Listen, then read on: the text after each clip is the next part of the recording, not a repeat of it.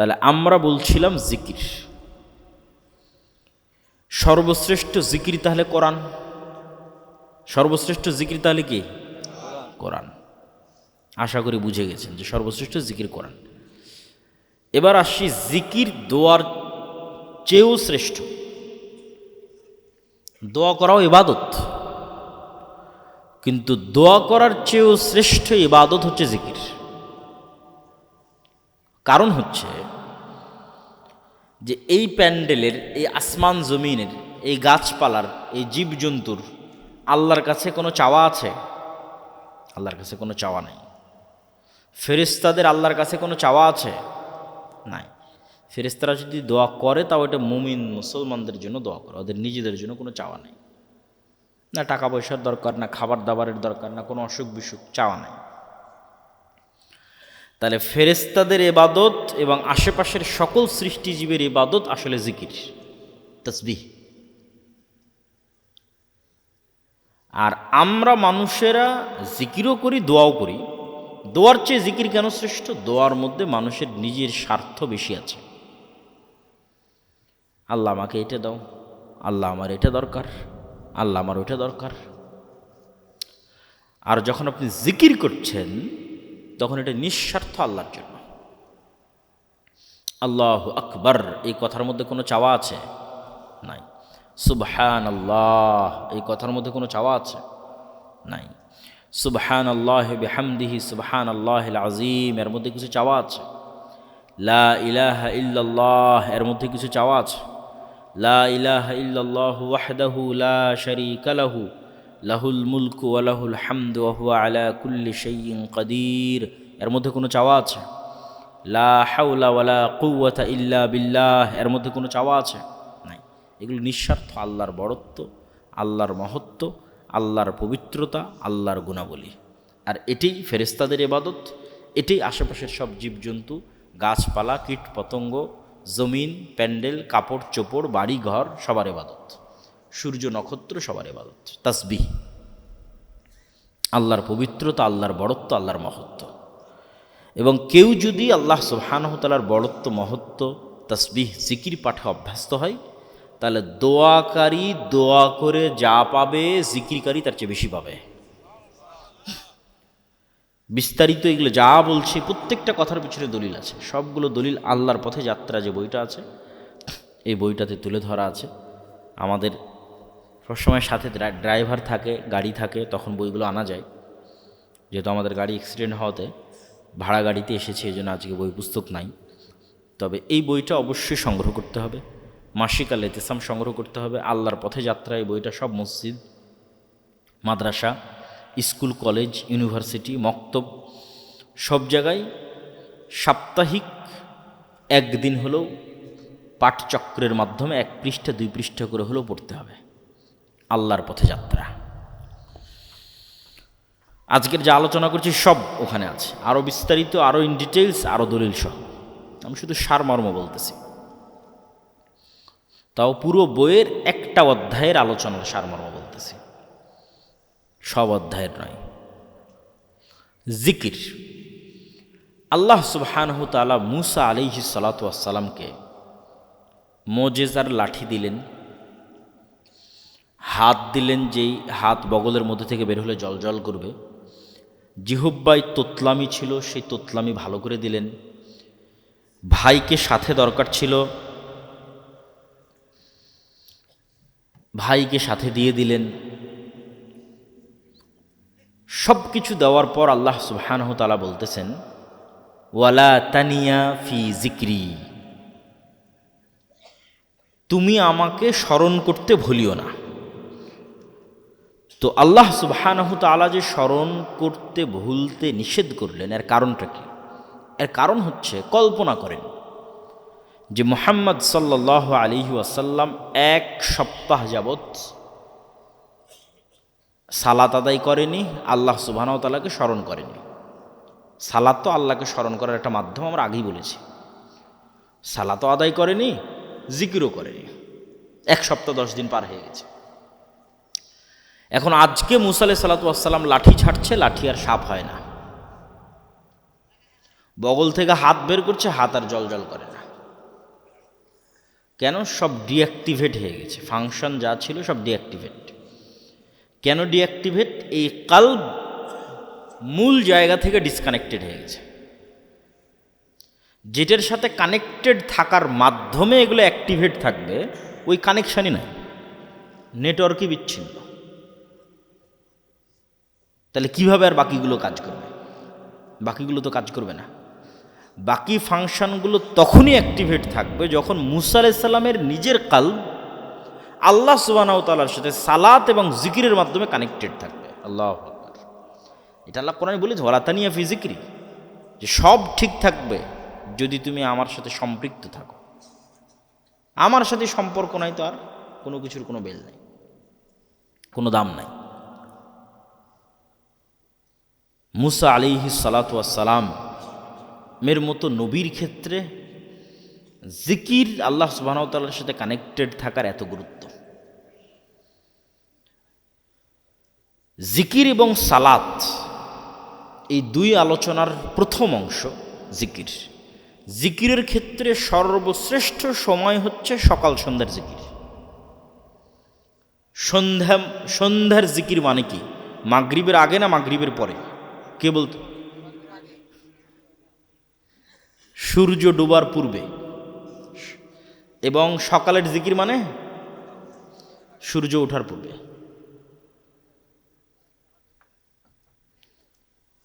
আল্লাহ সুবহানাহু ওয়া তাআলা কোরআন মাজিদে বলছেন, ক্বাবলা তুলুইশ শামসি ওয়া ক্বাবলা গুরুবিহা, সূর্য ওঠার পূর্বে, সূর্য ডুবার পূর্বে। স্পেশাল টাইম জিকিরের। এবং ভিন্ন ভিন্ন শব্দে আল্লাহ কোরআনে বলেছে, বিল আশি ওয়াল ইবকার, বিল গুদুবি ওয়াল আসাল, বুকরাতাও ওয়া আসিলা। এগুলো সব কোরআনের শব্দ।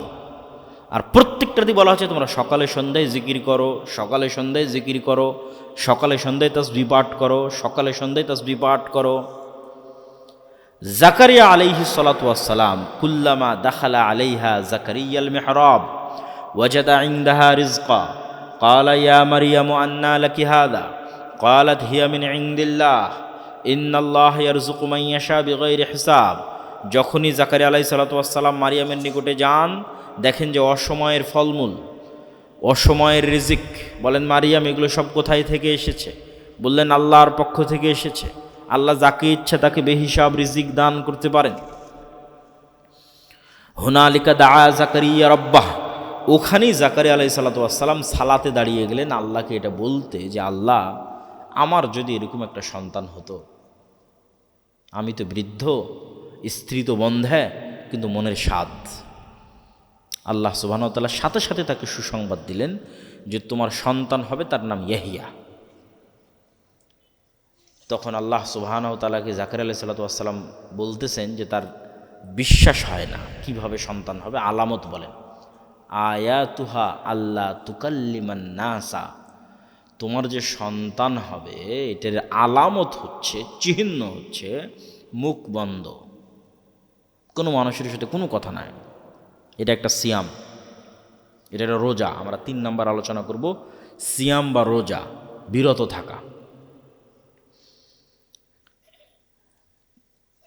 মারিয়াম আলাইহিস সালাতু ওয়াস সালাম যখন ঈসা আলাইহিস সালাতু ওয়াস সালামকে কোলে করে লোকালয়ে আসলেন, মানুষজন ওনাকে জিজ্ঞেস করছে, ছেলে কীভাবে হলো? উনি বলছেন, ইন্নী নাযারতু লির রহমানি সাওমা ফালান উকাল্লিমাল ইয়াওমা ইনসিয়া, আমি আল্লাহর নামে আজকে সিয়াম রেখেছি, এই জন্য আজকে কথা বলবো না। শাব্দিক অনুবাদ করতেছি।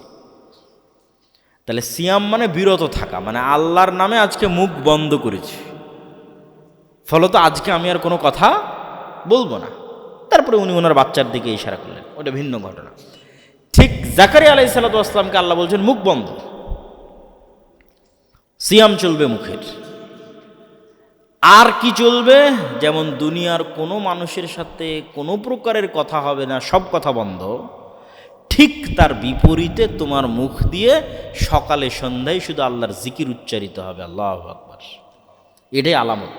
আল্লাহ কোরআনের মধ্যে বলছে যে তোমার সন্তান হবে, আর আলামতই হচ্ছে দুনিয়ার সব অপ্রয়োজনীয় কথা বাদ, আর শুধু মুখ ব্যবহৃত হবে সকালে সন্ধ্যায় আল্লাহর জিকিরে। স্পেশাল টাইম সকাল সন্ধ্যা, সকাল সন্ধ্যার জিকির। সকাল সন্ধ্যার জিকির দিয়ে পৃথিবীর এমন কোনো অসম্ভব নাই যা সম্ভব করা সম্ভব নয়। এমন কোনো অসম্ভব নয় যা সম্ভব করা সম্ভব নয় জিকির দিয়ে, বিশেষ করে সকাল সন্ধ্যার জিকির দিয়ে। সালাত, সালাতের কিছু আলোচনা তো জিকিরের সাথে আমরা সম্পৃক্ত এবং কানেক্টেড করে ফেলেছি। শুধু এতটুকু বলি যে সালাত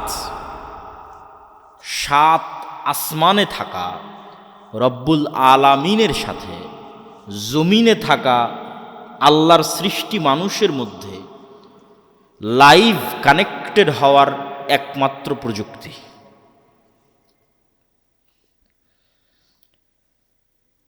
যে আপনি আছেন জমিনে আর আল্লাহ সুবহানাহু তাআলা আছেন আরশে।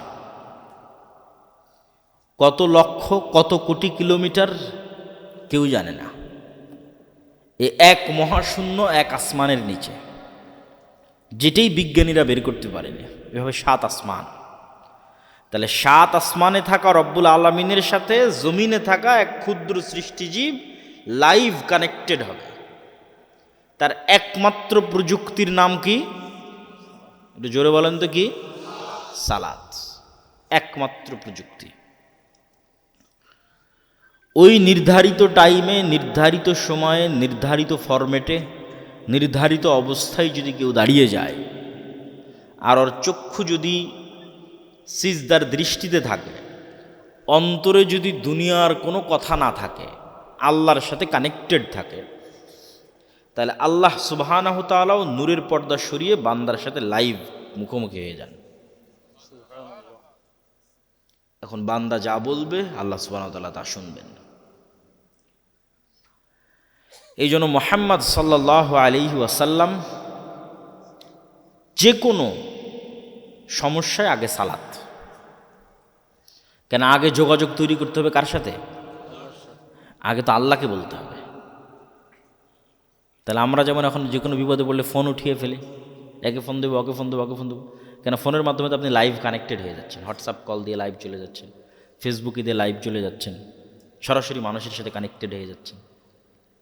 এর চাইতে লক্ষ কোটি গুণ, হাজারো গুণ শ্রেষ্ঠ প্রযুক্তি হচ্ছে সালাত, যেটা জমিনে বসে রব্বুল আলামিন আরশের উপরে থাকা রব্বুল আলামিনের সাথে কানেকশন তৈরি হবে। পৃথিবীর কেউ দিতে পারবে না আপনাকে।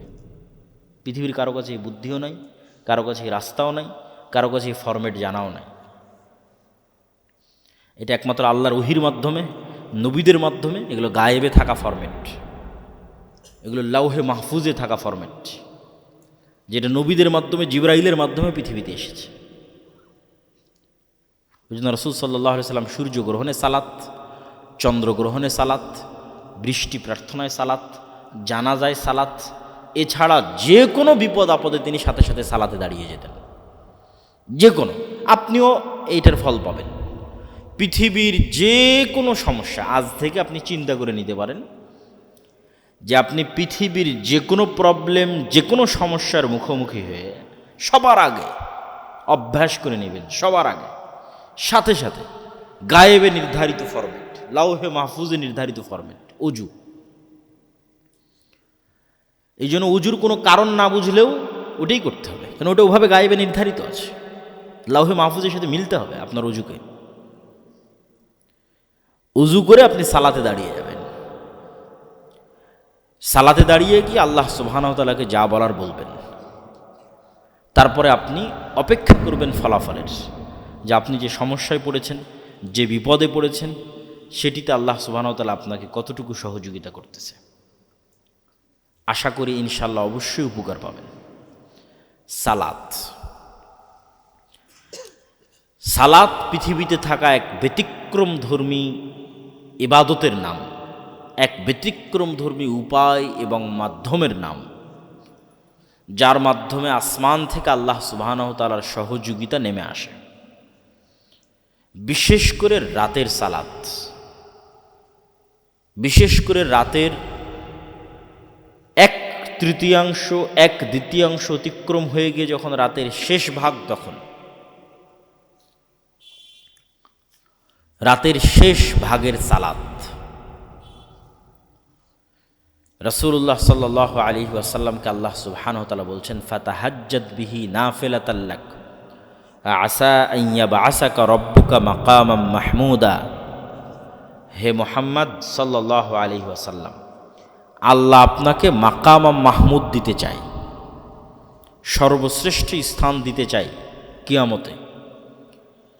এই সর্বশ্রেষ্ঠ স্থান পাওয়ার সিক্রেট হচ্ছে আপনাকে রাতের সালাত আদায় করতে হবে। বদরের যুদ্ধের আগের রাতে মুহাম্মদ সাল্লাল্লাহু আলাইহি ওয়াসাল্লাম রাতের সালাতে দাঁড়িয়ে আছেন, লম্বা রাতের সালাত।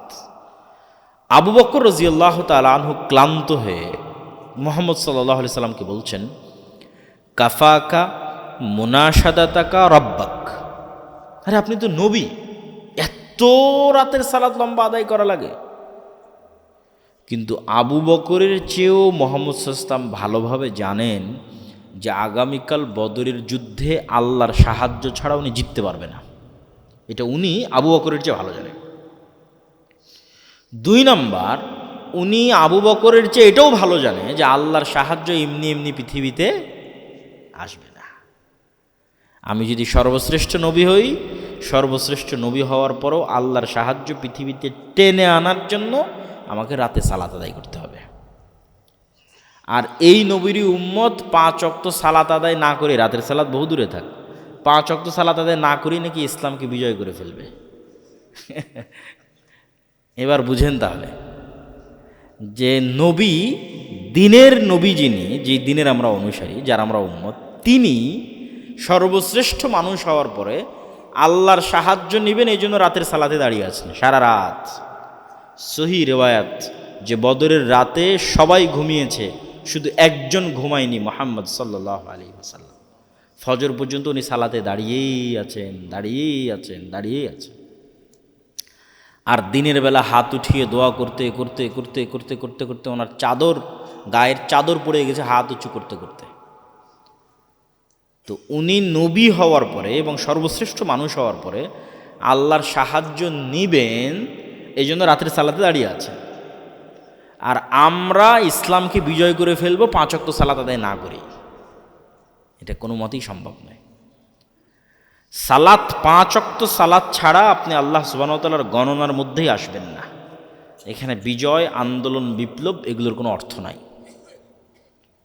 তাহলে ইসলাম প্রতিষ্ঠা করতে হলে শুরুই করতে হবে মসজিদ দিয়ে, শুরুই করতে হবে সালাত দিয়ে। তারপরে তখন আস্তে আস্তে অন্যদিকে আগাবে। কেননা আপনি পৃথিবীর সকল গুনাহ থেকে বিরত যদি থাকতে চান, তার সহজ বুদ্ধি, ইয়াং জেনারেশন থেকে শুরু করে যে কেউ, যে আমি এই নেশায় আসক্ত, এই গুনাহে আসক্ত, এইটা ছাড়তে পারছি না, ওইটা ছাড়তে পারছি না, সব গুনাহ থেকে মুক্ত হতে পারবেন যদি 5 ওয়াক্ত সালাত জামাতে আদায় করতে পারেন। কেন বললাম? কেন আপনি অন্য গুনাহ করতেছেন, তার কারণ হচ্ছে আপনার নাফস আপনার কন্ট্রোলে নাই, এই জন্যই তো গুনাহ করতেছেন। যে গুনাহই, যে সুদ করতেছে ওরও নাফসার কন্ট্রোলে নাই, যে ঘুষ খাচ্ছে ওরও নাফসার কন্ট্রোলে নাই, যে বিড়ি খাচ্ছে ওরও নাফসার কন্ট্রোলে নাই, যে গীবত অপবাদ দিচ্ছে ওরও নাফসার কন্ট্রোলে নাই, যে জেনায় লিপ্ত হচ্ছে ওরও নাফসার কন্ট্রোলে নাই। ঘটনা তো এক জায়গাতে, সেটা হচ্ছে নাফস কন্ট্রোলে নাই। তাহলে পাপ যেটাই হোক ওটাকে কন্ট্রোল করা সম্ভব যদি নাফসকে কন্ট্রোল করা সম্ভব। তাহলে নাফসকে কন্ট্রোল করতে হলে একে তো কাজ দিতে হবে, কাজ না দিলে কিভাবে কন্ট্রোল হবে? পৃথিবীর এমন কোনো প্রশিক্ষণ নাই যে প্রশিক্ষণ কাজ ছাড়া হয়ে যায়। যে আমি ঘরে বসে আর্মি হয়ে গেলাম, এটা হবে নাকি? ঘরে বসে পুলিশ হয়ে গেলাম, এটা হবে নাকি? দৌড়াতে হবে, কাজ করলে, ট্রেনিং নিলে তাহলে ও কাজের উপযুক্ত হবে। তাহলে এখন আমি চাচ্ছি যে আমার নাফসকে আমি কন্ট্রোল করতে চাই, কেন আমি অসংখ্য গুনাহে লিপ্ত। তাহলে একে কাজ না দিলে কি কন্ট্রোলে আসবে? কাজ না দিলে কন্ট্রোলে আসবে না। তো অলস, অলস যদি পড়ে থাকে তো শয়তানের ঘর, শয়তানের আড্ডাখানা, কারখানা। তাহলে একে এখন কাজ দিতে হবে। তাহলে এর প্রথম কাজ হচ্ছে যে কোনো মূল্যে একে 5 ওয়াক্ত সালাত আদায় করতে বাধ্য করতে হবে, মেরে পিটিয়ে, এট এনি কস্ট। যতক্ষণ মানুষ তার নিজের নফসকে 5 ওয়াক্ত সালাত আদায় বাধ্য করতে না পেরেছে, ততক্ষণ আরও কোনো গুনাহ থেকে বিরত থাকতে পারবে না, যে গুনাহই হোক পৃথিবী। আর নাফসকে যখন মানুষ একবার বাধ্য করে ফেলবে যে না, তোকে সালাত আদায় করতেই হবে এবং জামাতে মসজিদে সালাত আদায় করতে হবে, তাহলে অন্তত কি হলো, নাফসটা কন্ট্রোলে চলে আসলো। এখন কন্ট্রোলে যখন চলে আসবে তখন আর যে কোনো গুনাহ, ওই গুনাহের ধরন কেমন হবে আপনাকে বলে। নাফস কন্ট্রোলে আসার আগে গুনাহের ধরন ছিল এমন, মন চাইলো সিগারেট ধরিয়ে ফেললেন, কেন নাফস তো কন্ট্রোলে নাই। এবার যখন অন্তত একটানা 40 দিন যদি আপনি আপনার নাফসকে বাধ্য করেন যে আমি একটানা 40 দিন 5 ওয়াক্ত সালাত জামাতে আদায় করবো তাকবীরে তাহরিমার সাথে, সাকসেসফুলি একটা কোর্স কমপ্লিট করেছেন, একটা ডোজ কমপ্লিট করেছেন সাকসেসফুলি একটানা 40 দিন। এই 40 দিনের পর যখন আপনি সিগারেট বা বিড়ি ধরাতে যাবেন, তখন অন্তত 10 বার আপনি চিন্তা করার সুযোগ পাবেন যে খাবো না খাবো না। এই চিন্তা করার সুযোগটা এতদিন ছিল না, কেননা এতদিন এই নাফসের উপর আপনার কন্ট্রোল ছিল না, এটা ছিল শয়তানের গোলাম। এই 40 দিনের পর এখন আপনি যে গুনাহে যান না কেন চিন্তা করার সুযোগ পাবেন। চিন্তা করার পর আপনি করলেন, সেটা ভিন্ন বিষয়, কিন্তু আপনার নাফসের উপর আপনার কন্ট্রোল ফিরে এসেছে। এই জন্য পৃথিবীর সকল গুনাহ থেকে মুক্ত হওয়ার সিক্রেট হচ্ছে 5 ওয়াক্ত সালাত। 5 ওয়াক্ত সালাত আদায় করতেই হবে। 5 ওয়াক্ত সালাত ছাড়া উম্মতে মুহাম্মাদির বাঁচার কোনো রাস্তা নাই। আর বড় মহৎ কিছু করতে চাইলে, বিশাল বিজয় অর্জন করতে চাইলে, যেমন মুহাম্মদ সাল্লাল্লাহু আলাইহি ওয়াসাল্লামকে আল্লাহ শর্ত দিয়েছে মাকাম মাহমুদ, লাগবে রাতের সালাত, এরকম উম্মতে মুহাম্মাদি বিশাল কোনো বিজয় অর্জন করতে চায়, রাতের সালাত লাগবে। সাহাবীরা 5 ওয়াক্ত সালাতের পরেও রাতের সালাতে অভ্যাসী ছিলেন। রাতের সালাতের পরেও তারা কোরআন তেলাওয়াতে, সালাতের পরেও তারা কোরআন তেলাওয়াতে অভ্যাসী ছিলেন। সম্মানিত উপস্থিতি, আমরা আমাদের বক্তব্যের তৃতীয় পয়েন্ট সিয়াম। আজকে সিয়াম বাছাই করতাম না, শুধু একটা কারণে বাছাই করেছি, আগামীকাল অথবা পরশুদিন থেকে শাবান মাস শুরু হচ্ছে এবং রাসূলুল্লাহ সাল্লাল্লাহু আলাইহি ওয়াসাল্লাম রমাজানের বাইরে আর যে মাসে সবচেয়ে বেশি সিয়াম পালন করতেন সে মাসের নাম শাবান মাস।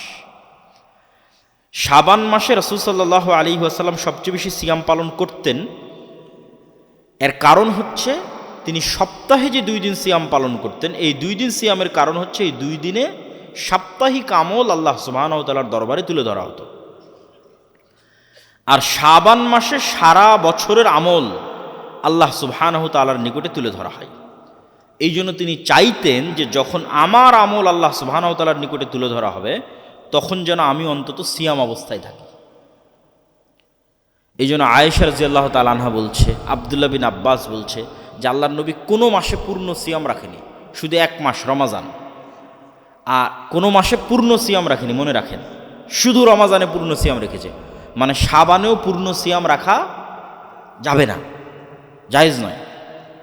এটা আয়েশা রাদিয়াল্লাহু তাআলা স্পষ্ট হাদিস, আব্দুল্লাহ বিন আব্বাসের স্পষ্ট হাদিস যে কোনো মাসেই পূর্ণ সিয়াম রাখেননি, শুধু একটা মাস পূর্ণ সিয়াম রেখেছেন রমাজান। আর রমাজানের পরে সবচেয়ে বেশি সিয়াম রেখেছেন যে মাসে, সেটা শাবান মাস। তাহলে শাবান মাসে সবচেয়ে বেশি সিয়াম হবে, কিন্তু পূর্ণ নয়। লা তুকদ্দিমু রমাদান বিয়াউমিন ওয়া ইয়াউমাইনি। শাবান মাসে সিয়াম রাখতে রাখতে রাখতে রাখতে রমজানের সাথে মিলিয়ে দেওয়া যাবে না, বাধ্যতামূলক রমজানের 1-2 দিন আগে গ্যাপ দিতে হবে শাবানের সিয়ামে। সিয়াম আল্লাহ সুবহানাহু ওয়া তাআলার নিকটে প্রিয় কেন? সিয়াম গুনাহের কাফফারা। আপনি দেখেন যত গুনাহ আমরা দুনিয়াতে, আল্লাহ যত গুনাহের কাফফারা নেওয়ার ব্যবস্থা করে দিয়েছে দুনিয়াতে, প্রত্যেক গুনাহের কাফফারা 1 নম্বরে শুরু হয় টাকা দিয়ে, আর 2 নম্বরে শেষ হয় সিয়াম দিয়ে। আপনি মিলিয়ে নিন আমার কথাকে, কোরআন পড়েন, হাদিস পড়েন, যেখানে যাবেন শুরু হবে টাকা দিয়ে, শেষ হবে সিয়াম দিয়ে। যেমন রমাজান মাসে কেউ দিনের বেলা স্ত্রীর কাছে গেছে, সাংসারিক জীবনে গুনাহ, আল্লাহ বলছেন এই গুনাহের কাফফারা কি? টাকা দিয়ে গোলাম আজাদ করো। বলছে আল্লাহ আমার তো এত টাকা নাই। 60 জন মিসকিনকে খাওয়াও, আল্লাহ আমার তো এত টাকা নেই। তাহলে একটানা 60 দিন সিয়াম রাখো, তাহলে গুনাহের কাফফারা শেষে এসে কোথায় ঠেকলো? সিয়ামে। কেউ কসম করেছে, দিয়ে কসম ভঙ্গ করে দিয়েছে, মিথ্যা কসম করেছে, শাস্তি শুরু হবে টাকা দিয়ে, শেষ হয়েছে সিয়াম দিয়ে, যে 3 দিন সিয়াম পালন করো। হজ এবং ওমরার মধ্যে কোনো একটা ইবাদতের ত্রুটি হয়ে গেছে, ছুটে গেছে, ভুলে গেছে, শুরু হবে একদম দুম্বা খাসি কুরবানি করার মাধ্যমে, সেই হিসাবে সিয়াম রাখার মাধ্যমে। 10 দিন সিয়াম রাখো, 3 দিন হজ অবস্থায়, 7 দিন বাড়িতে এসে। ভুলবশত কাউকে হত্যা করে ফেলেছে, দিয়াত, জরিমানা প্রথম শুরু হবে টাকা দিয়ে, দিয়াত, টাকা জরিমানা দাও। ভুলবশত মানুষকে হত্যা করেছে, টাকা নাই, গরিব মানুষ কি করবে? এবার গুনাহের কাফফারা হবে সিয়াম দিয়ে। তাহলে দুনিয়াতেই গুনাহের কাফফারার ব্যবস্থা আল্লাহ করে দেওয়ার একটা মাধ্যম করেছেন, তার নাম কি? সিয়াম। তাহলে সিয়াম দিয়ে গুনাহ মিটে যায়, বলেন আল্লাহু আকবার। সিয়াম গুনাহ মিটে যাওয়ার একটা মাধ্যম, এটা আল্লাহই তৈরি করেছে।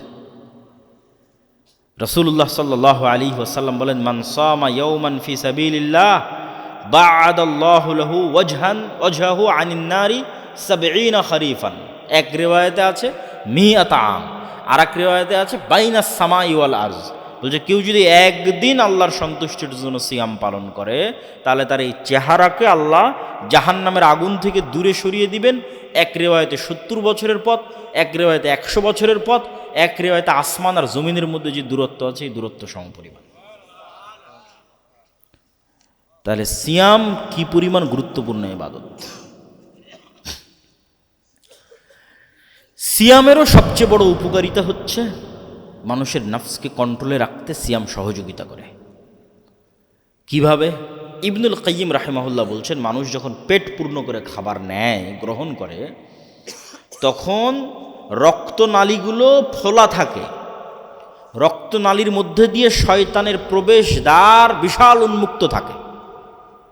আল্লাহর নবী আরেক হাদিসে বলেছে, ইয়াজরি মাজরাদ দাম, শয়তান রক্তনালী দিয়ে চলাচল করে। আর পেট পূর্ণ থাকলে রক্তনালী বেশি ওপেন থাকে, তাহলে শয়তান বেশি ঢুকতে পারবে। তাহলে অন্তরে খারাপ কাজের চিন্তা, ইবাদতের অনীহা, অলসতা সবচেয়ে বেশি হবে যখন পেট পূর্ণ। আর যখন পেট ক্ষুধার্ত, খাবার নাই, তখন রক্ত সঞ্চালনের যে রাস্তাগুলো এগুলো সংকুচিত হয়ে গেছে। আর যেহেতু ওই রাস্তা দিয়ে শয়তান ঢুকে, তাহলে শয়তানের ঢোকাও গিয়ে গেছে, কমে গেছে। শয়তানের ঢোকা যেহেতু কমে গেছে, তখন নফসের উপর কন্ট্রোলও মানুষের প্রতিষ্ঠিত হবে, মজবুত হবে, শক্তিশালী হবে। এমনিতেই তো খাওয়া থেকে বিরত থাকা নফসের বিরুদ্ধে যুদ্ধ, এটা একটা যুদ্ধ। আর অন্য ধর্মের সওম এবং মুসলমানদের সওমের মধ্যে পার্থক্য হচ্ছে, অন্য ধর্মের সিয়ামে শুধু খাবারে ফোকাস করা হয়, আর মুসলমানদের সিয়ামে শুধু খাবারে ফোকাস নাই। আজকে এই বক্তব্য থেকে শিখে যান, সিয়ামের 3টে স্তর। এক, সর্বনিম্ন, যেটা মিস করলে সিয়ামই বাদ হয়ে যাবে। সর্বনিম্ন স্তর, যেটা মিস করলে সিয়ামই বাদ, সেটা যে পেট এবং লজ্জাস্থানকে সিয়াম রাখা। লজ্জাস্থান সিয়াম রেখেছে, পেট সিয়াম রেখেছে, এটা যদি মিস হয়ে যায় তাহলে সিয়ামই বাদ।